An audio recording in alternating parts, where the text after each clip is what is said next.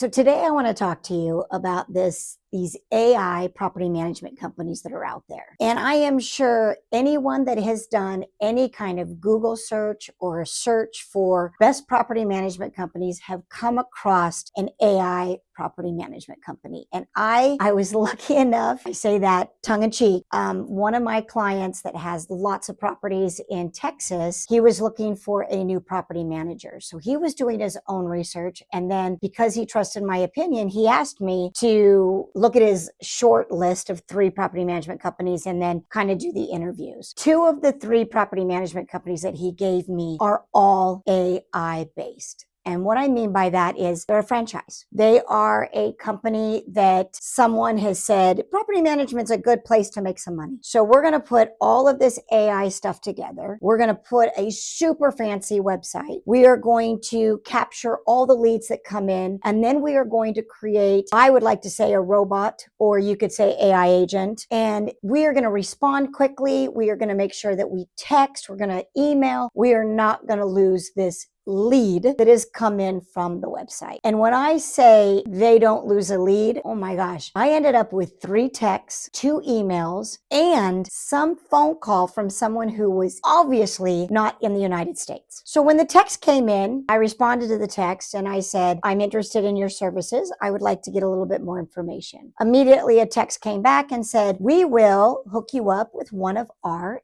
agents. Great. Agent does call. Agent is not in Las Vegas. Agent is somewhere outside of the United States. The person that was on the phone got my information, got the property that I wanted to get kind of an idea of property value. Because what I was trying to do is I was trying to run it through just like my client would for his Texas properties. But because I don't know Texas very well, and I definitely know Southern Nevada, I used one of my properties as the guinea pig. So I gave this particular out of the United States agent the particulars of a property here in Southern Nevada that I'm interested in, possibly looking to rent it out, and what can their company do for me? And they took all the information. It was a little hard to understand, a little barrier, a language barrier there, but we got to it. He then said, I will do this research and somebody will be getting back with you. Great. Well, nobody got back with me per se. There was an email that came across, and the email came across with the most ridiculous rental value. I mean, if I gave this kind of rental value to a prospective client, they would laugh at me. So I don't know how this is working for these guys. But so we ended up with a property that was 2,000 square feet in a really cute neighborhood. It's all single story. It's a 2-car garage, 3-bed, 2-bath, good sized backyard. There were some nice things about this particular property, meaning nobody is in the backyard. So you've got a completely private mountain view from the backyard, so no 2-story house or another house. It also has extra side yard because there's a little walking trail that goes to the back, and so you really don't have like neighbors right on top. So these are the things that as a property manager, if you are evaluating rent, you can see that from like a Google overview. I'm not saying that can't be found. You don't necessarily have to go to the property to find that out, but it is something that you need to take into consideration. Anyways, I get this email back, and the email put this property at $1,700 to $2,300 a month. $1,700 to $2,300. That's not an evaluation. So I respond to that email and I say, hey, that's a pretty large gap. I kind of am looking for more of a professional opinion of rent that I can expect so that I can make this decision on if I want to rent out this property or possibly sell it or, live in it, whatever my reasons might be. I get an email back, and in the email, it says somebody will contact me. Another day goes by, nobody contacted me. I got some texts, and the texts were obviously disconnected to anything that I was doing with the email because I had already responded to an email. But these texts kept coming in saying, we would like to know what property you're interested in renting out. And then another text would come in and say, how long have you owned this property, and what is your intentions of it? So it's a big disconnect. Already talking email of someone over here, and then I'm getting blasted with these texts that are coming in.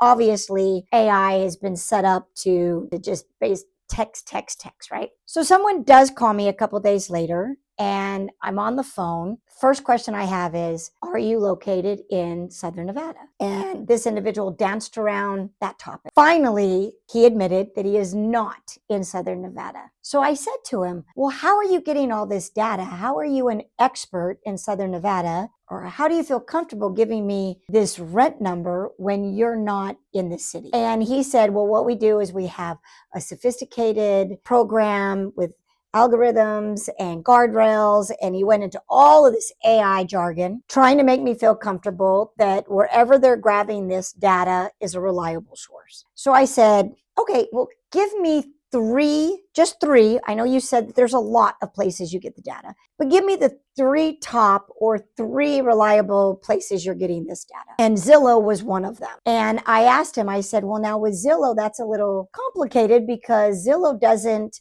distinguish fully furnished to unfurnished. And he did not know that. The individual on the phone didn't know that that's something that Zillow doesn't, when you're compiling all the data, doesn't distinguish furnished to unfurnished, which is a big difference. I mean, you should know that, right? You've got a furnished property over here, probably looking at a 6-month, little shorter term lease, or you've got an unfurnished and you're looking for long-term, minimum of 1 year. That is going to be a factor that you've got to put into play. So after I interrogated nicely this situation, I said, and I'd really like to get a little bit more honed in on this rent. Your previous email said 1,700 to 2,300, but I need to know more of a concrete number. And he said, I'm not able to do that. And I said, well, how do you sign up a property management account when you don't know what the rent's going to be? And he said, well, our company works with, we get you signed up and in contract, and then we're going to find an agent to go out and see the property. And then we will report back to you on what we believe fair market rent is. My mind was just blown. I am like, oh my gosh, this is a minimum of probably a $400,000 investment. I mean, in Southern Nevada, you're probably talking closer to $500,000 to $600,000 on average. And they want you to sign a property management agreement without even knowing what the real fair market rent value is. They're going to assign an agent. And when I dug into that, that is really just somebody that they pull that is a licensed agent that does real estate on the side, property management whenever they need it.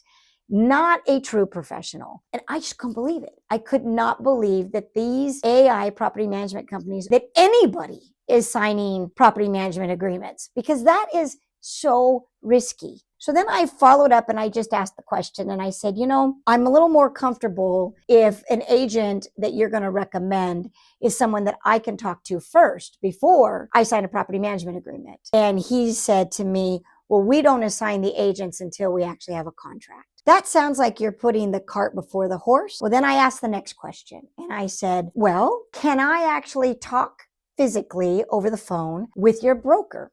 Just so that I understand how long the broker has been in Southern Nevada, that they've got the beat on the city, that they understand what, why rents go up or why we have to be careful about, not pricing things out of fair market rent. And this individual didn't even know who the broker was. Yeah. Here in Nevada, it is so important. The real estate division absolutely is adamant that if there is any real estate being done, property management, sales, commercial leasing, you name it, anything to do with real estate, that the broker needs to be in the state and the broker needs to be there physically. And I was just a little shocked. I could not believe it. So long story short, I called up my client who had me do these interviews and I said, 2 of the 3, absolutely run. They don't care about you. They won't care about you. All they want is a contract signed, because if you can get into contract with them, it's really difficult to get out of that contract. You are not going to get good customer service. You are going to get a lot of auto responses. And I strongly suggested that he do not use either one of those. And then when I interviewed the third one, which was a local property management company. And the funny thing is the local property management company did not have as many good Google reviews. If you saw their Google review, you would be like, I don't know about that, but they were phenomenal. They had great customer service when I was talking to them. I got to talk to the agent that actually went out to the property to look at it.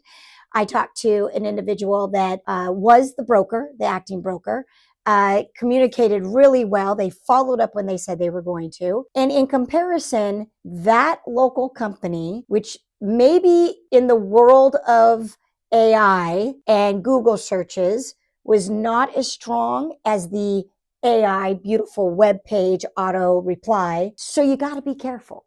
You got to be careful. My recommendation is if they're bombarding you with texts and email and nobody is calling you that lives in that state and in that city, I don't think that is somebody that you should hand over your $400,000 or $500,000 investment. Property management can be tricky. You need boots on the ground. And honestly, you need the heart in the community. You need somebody who cares about the city.